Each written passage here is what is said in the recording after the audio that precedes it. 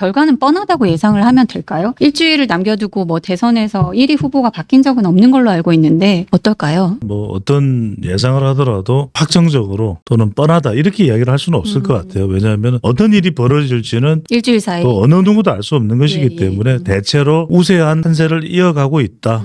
마지막 발표 조사까지 이렇게 이제 분석을 하는 것이 맞을 것 같고요. 네. 일단 어떤 조사든 간에 공표된 조사, 뭐 아직까지 조사는 해놓고 공표 안 한 조사도 27일까지 조사한 거라면 언제든지 또 공표는 할 수 있어요. 그래서 이제 그 공표된 내용 중에서 3자 구도, 뭐 단일화 없이 김문수 후보가 이재명 후보를 이기는 결과, 그건 아직까지 저는 못 본 것 같아요. 그렇다면 지금의 평균을 내보더라도 뭐 미국의 네이트 실버 같은 사람은 이런 평균을 내서 예측을 하는데 상당히 기법적으로 독자성을 가지고 있는데 그런 기법을 동원해 보더라도 이 구도 자체가 바뀐 것 같지는 않아요. 그리고 단일화라고 하는 뭔가 전체 판을 갖다가 좀 헝클어 놓고 바꿔놓을 만한 이슈가 있으면 모르겠는데 그런 이슈가 있는 것도 아니고. 네, 이제 이재명 후보는 사실 처음에 1, 2차 때까지는 토론을 하면 할수록 약간 마이너스가 아닌가 싶은 그런 분석이 많았는데 뭐 마지막 토론은 큰 실점이 없었다는 평가가 많죠. 이준석 후보의 도발에 대해서 네. 어쨌든 모른 척한다. 그 전략, 그냥 감정 노출을 최소화한다. 이제 이런 부분이었을 텐데 뭐 그 부분은 이제 수행한 것으로 보이고 그러니까 엣지 있는 장면은 없는 거죠. 네. 뭐 사실은 뭔가 이제 비전을 좀 명확하게 보여주거나 이제 이러진 않았는데 1위 주자는 그렇게 이제 답답한 모습들을 이제 보여주는 게 성공했다고 아마 생각할 거예요. 1위 후보로서는 더 잘해가지고 더 지지율을 올릴 수는 없거든요.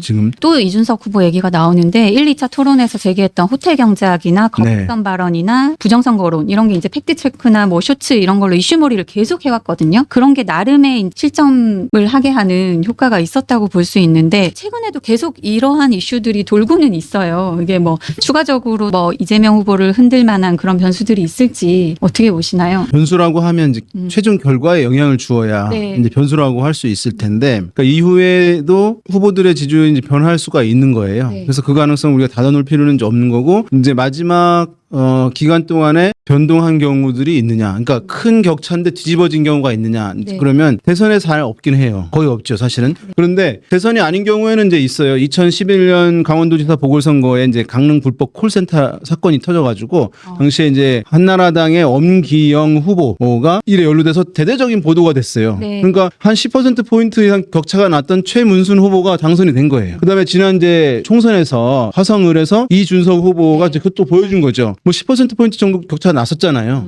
그런데 상대 후보의 결정적인 악재가 되고 대대적인 보도가 되면서 뒤바뀐 거잖아요. 그러니까 이런 경우에 뒤바뀐 사례들이 있습니다. 이 이제 마지막 일주일 사이에. 다만 이것은 그 상대 후보의 그런 악재들이 나타나야 되는 거예요. 제가 일전에 말씀드린 대로 혼자서 지지율을 올리는 건 없는 거예요. 내가 올린다고는 누군가 떨어지는 가운데 이게 함께 작동돼야 되는 거거든요. 네. 그러니까 지금 다른 후보들도 최선을 다하잖아요. 캠프가 총 결집해 있잖아요. 네. 진영이. 그러니까 지금 굳이 비유하자면 어떤 연결된 나사가 이렇게 묶여져 있는 상황인데 대선일이 다가오면 다가올수록 굉장히 조여지는 거예요. 꽉 조여지는 것이니까 혼자만 돌아갈 수가 없는 상황. 네. 같은 거예요. 그래서 지금 1, 2%의 변화는 지난주 그 이전에 3, 4%, 4, 5%의 변화만큼이나 네. 어려운 것이죠.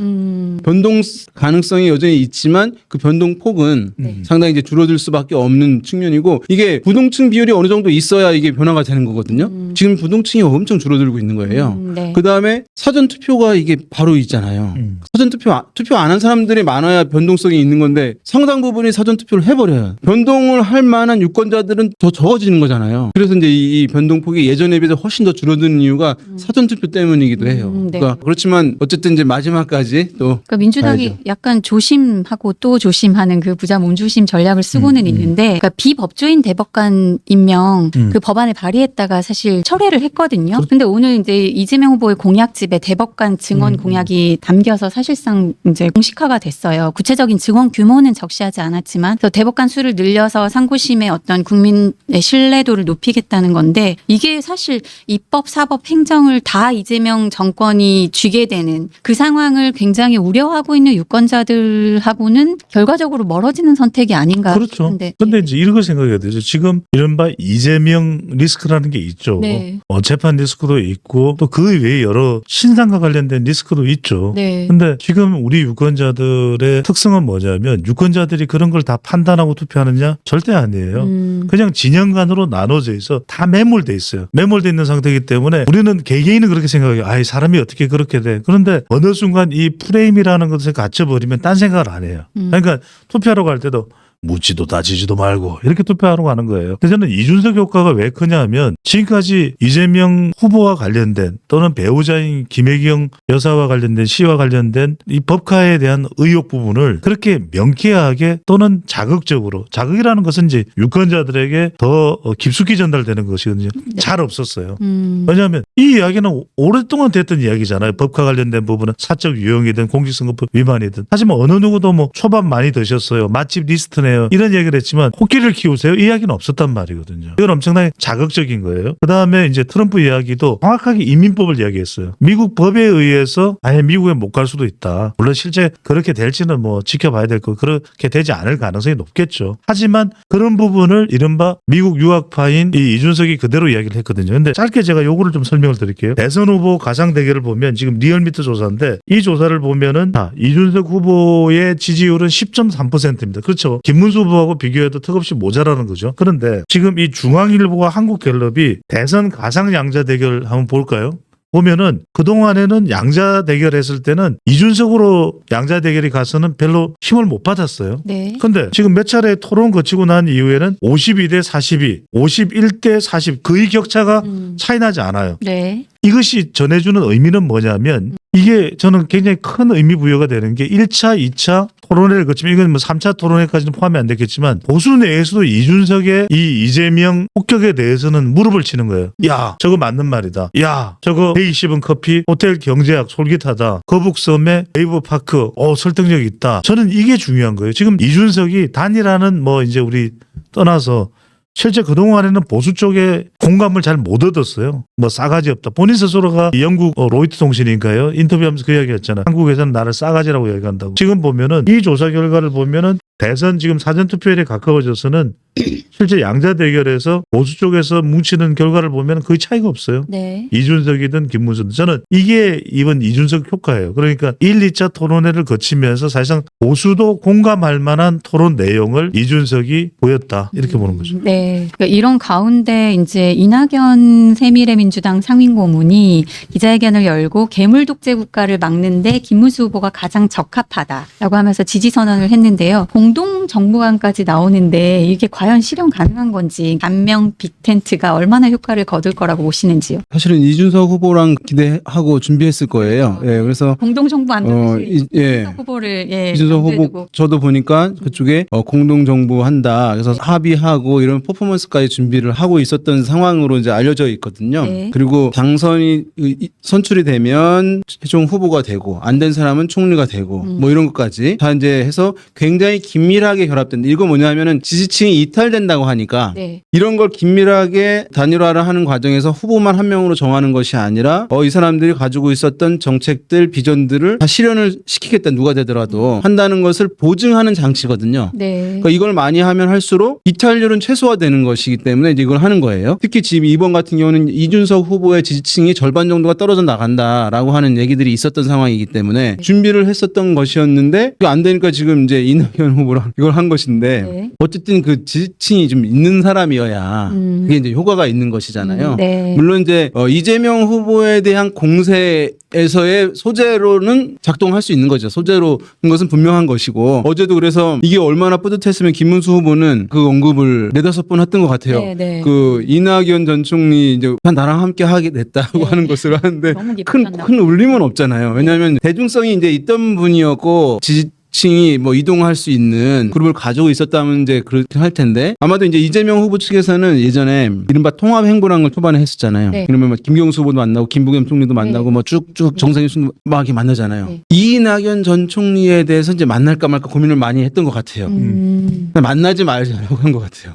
그런 거. 뭐 만나면 좋지만 만나도 별 효과도 없고 예. 물론 이제 앙금도 깊었기 때문에 그러니까 사실은 그런 차원에서 공세를 할 수 있으면 그만큼 또 영향력은 없기 때문에 이재명 후보의 그 스타일로 봤으면은 정말 앙금이 심했어도 필요하다고 했으면 했을 것 같아요. 제가 봤을 때 앙금이 있었다 하더라도 네. 아 그래도 거기에 지지층들이 하니까 그러면은 했는데 그게 없었기 때문에 이제 안 한 것이라고 할 수 있을 텐데 네. 그런 면에서 뭐 김문수 후보 이제 한 캠페인 차원에서는 실질적인 어떤 민주당 유권자들에서의 이탈, 변화, 이동 이런 것들은 이제 크게 있기 어려운 상황이고 이전에 사실은 이제 이낙연 전 총리가 막 대선 후보이기도 했잖아요. 네. 막 지지율도 높았잖아요. 그건 이제 사실은 상당 부분은 문재인 대통령이 사실 후광 때문에 그 당시에 이제 그랬던 그 당시에 본인이 독자적으로 개인적으로 보유한 지지율이나 지지층이라고 보기가 어려웠던 것이거든요. 네. 그런 면도 감안하면 사실은 실질적인 어떤 효과는 제한적일 것 같아요. 근데 이게 왜 중요하냐면은 그러면은 이낙연 전 총리가 도움을 주겠다는데 또 도움이 김문수 후보는 필요한데 마다할 것이냐? 그건 전혀 아니죠. 그러니까 빅 플랫폼과 빅텐트는 물 건너간 상황이지만 그래도 손학규 전 경기지사가 그래도 조금이라도 도움이 되겠죠.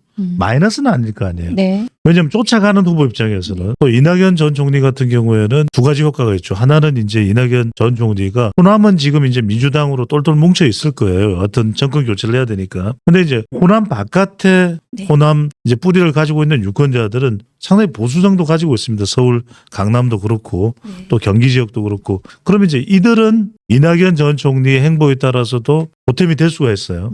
그다음에 두 번째는 뭐냐면 제7공화국을 강조하잖아요. 네. 그러면 적어도 50대나 특히 이제 이전에도 보면은 지지층을 분석을 해보면 이낙연 전 총리는 주로 60대 이상 지지층이에요. 이게 아마 연령대 이 제너레이션 이펙트인 것 같은데 그러면 이제 50대나 60대를 견인하는 효과도 분명히 있어요. 일부로라도 네. 그럼 일부분이라도 이 제7공화국 뭐 저 같은 사람은 대선보다도 저는 개헌이 더 중요하다고 생각해요. 그렇잖아요. 나라의 권력 구조가 개판인데 대통령을 몇 번 바꿔본들 그 나라가 온전하겠어요. 그러니까 지금 국회와 관련된 불체포 특권과 면책 특권이 유지되고 있는데 국회의원을 몇 번 갈아본들 위성정당 만들고 온전한 국회, 국민을 위한 국회 될 수 있겠어요? 말이 안 되잖아요. 틀을 만들어도 잘 될까 말까인데 마지막은 이런 부분이겠죠. 손학규 플러스 이낙연을 해도 바꿀 수 있는 지지율의 범위는 1에서 2%일 거예요. 그런데 지금 이미 격차가 벌써 이 범위는 훨씬 뛰어넘는 수준이잖아요. 네. 지금 이재명과 김문수 사이에. 그래서 효과가 없는 게 아니라 효과가 있다 하더라도 이 판을 바꿀 효과는 안 된다는 거죠. 자, 짧게 하나 더 추가드리면 뭐냐면 많은 사람들이